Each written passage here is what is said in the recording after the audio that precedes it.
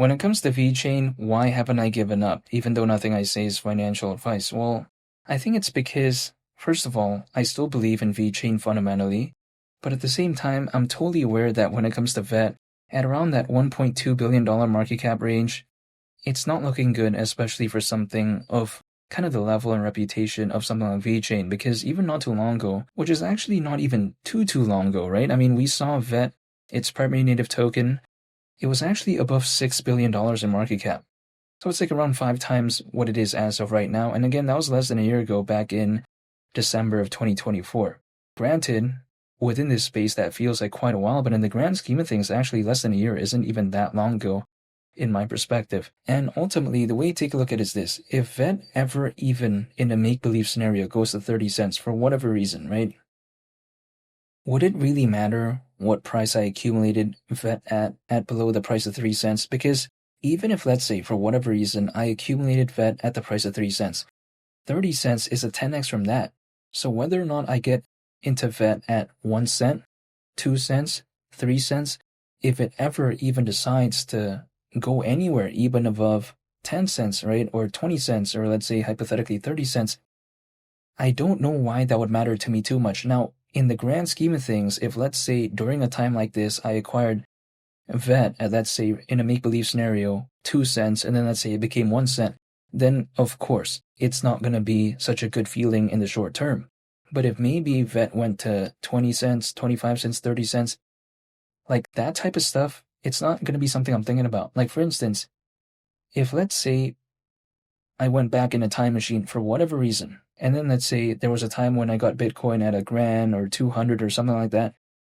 Now that it's over 100 grand, I don't know why that mattered too much. Like, for instance, whether or not I got into it at 200, 300, 400, 800, whatever the case may be, it's not something that I would necessarily care about in the long term. Now, in the short term, of course, if there was like a moment where it became like $1,000 and suddenly like 200 or something like that, then yeah, of course, it's not such a good feeling. But in the long term, it wouldn't be such a kind of feeling that I really care about. Even I might even forget about it, right? I might even think, oh yeah, whatever, it was what it was, because things have already done pretty good.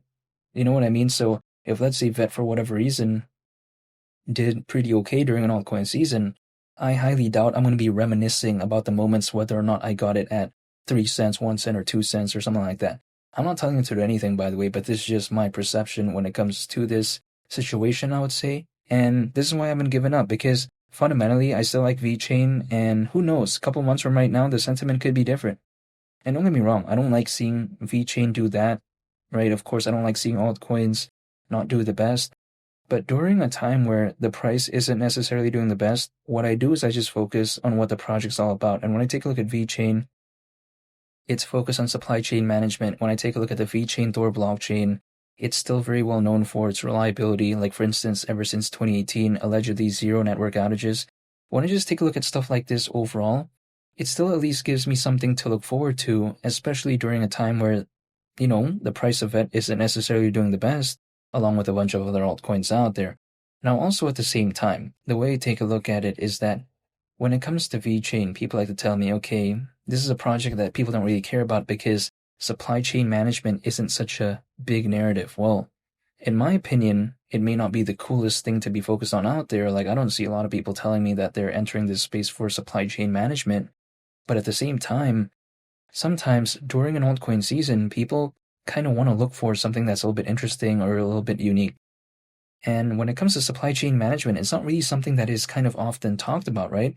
So if that becomes a big narrative, what is arguably, I think, the most kind of recognizable project within that space in terms of popularity? Now, personally, in my case, I would say it's VeChain. This is just the way to take a look at it. So if this becomes a big narrative, maybe if VeChain went along with the ride, it wouldn't surprise me. We kind of saw what that did for VeChain back in 2021, which granted was years ago.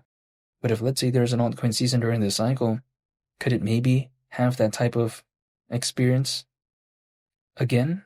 Or maybe, let's say, even better? Who knows? But it wouldn't surprise me. Just because I feel like actually over time VeChain became a little bit more popular. Not to say that it's been translated to the price, because clearly hasn't as of late, right? But if I take a look at what it's done with the UFC, for instance, also when I take a look at PowerSlap, I think in terms of exposure, actually, VeChain became better. But then, of course, that doesn't always translate to the price within this space because it's just dependent on a lot of things, right? Within this space, there's going to be the sentiment when it comes to altcoins overall. Sometimes people just don't care whether or not the project is doing well fundamentally or how well the exposure is. If, let's say, the altcoins season isn't there, if, let's say, the altcoins are not doing the best, the price isn't necessarily going to be doing the best either, right? Despite whatever is going on with the project, fundamentally speaking. However, also on top of that, the way I view this situation, actually personally for me, is very simple. What I do is I literally dollar cost average into my favorite projects once a month, and that's about it. So whatever it does, it could be up, it could be down, I'm dollar cost averaging. Keep in mind, I never go all in. That's not what I do. I do not try to find the perfect moment. Again, I'm just literally doing it once a month for the projects that I like, and that's about it. Like, whatever happens after that, I just kind of let it be. I am not trying to find the perfect moment to do this or do that. Literally, dollar cost averaging once a month, which I've been doing to VeChain, by the way, or should I say its primary native token called VET, for over 2 years at this point. That's what I've been doing, again, just once a month, so over 24 times, right? That dollar cost averaging into VET. I'm not telling you to do anything. However, this is personally what I've done historically. And I will still continue to do that and just wait for an altcoin season because I don't think I'm seeing one. And ultimately, the way I view it is that I just haven't given up when it comes to VeChain. Now, if let's say VET did go to the price of 30 cents, it would be around a 19x from here, which kind of seems like a far ways away, I would say, at this point. But actually, the market cap at that point, considering current circulating supply, would be around 26 billion. I mean, we've seen Dogecoin exceed that by around 60 billion actually back in 2021, so that's years ago. But besides that point, when is a moment VET could wake up? I mean, I don't have the answer to that question because I can't try to find the perfect moment VET does something. Like, it's not possible for me to do that. The only thing I can do is just literally dollar cost average, wait, and stay patient, and that's about it. If, let's say, I pulled up a price chart, I drew random triangles or something like that, I drew falling wedge pattern, the market literally will care 0% about what I have to do on that price chart, right? So what's the benefit in me doing that?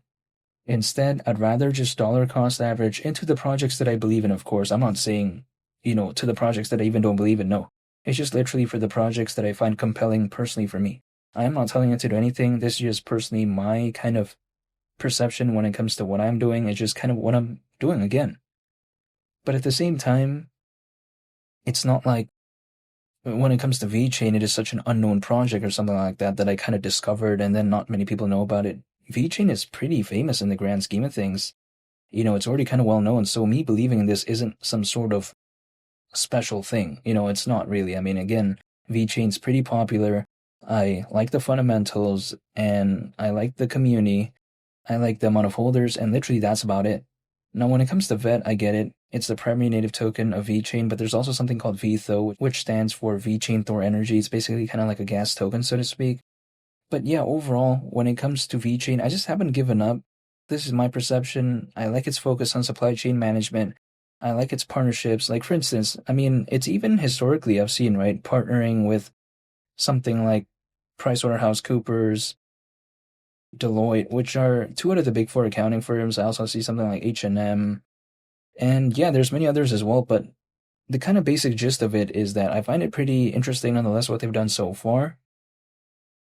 And again, when it comes to VeChain, it is pretty popular, so if let's say there is an altcoin season, I just have a hard time believing that it's going to be forgotten about. It might not do the best, because I don't think it will be doing the best, because if let's say 30 cents is around a 19x from here, that by no means is going to be the best. But I'm saying, I just have a hard time believing that it might not go along with the ride somewhat during a moment if let's say there is an altcoin season, which I don't think I've seen one during this cycle. So all I can do right now is just stay patient, and literally that's about it, and that's what I'm going to do. And I'm still going to be dollar cost averaging and just waiting. And again, that's about it, even though I'm not telling you to do anything, and even though nothing I say is financial advice. And I want to say thank you for watching. I hope you'll have a nice day, and feel free to subscribe if you enjoyed this video. I'd greatly appreciate it. It's Willie the Captain, and I'll catch y'all on the next one. I'm out. Peace. Bye.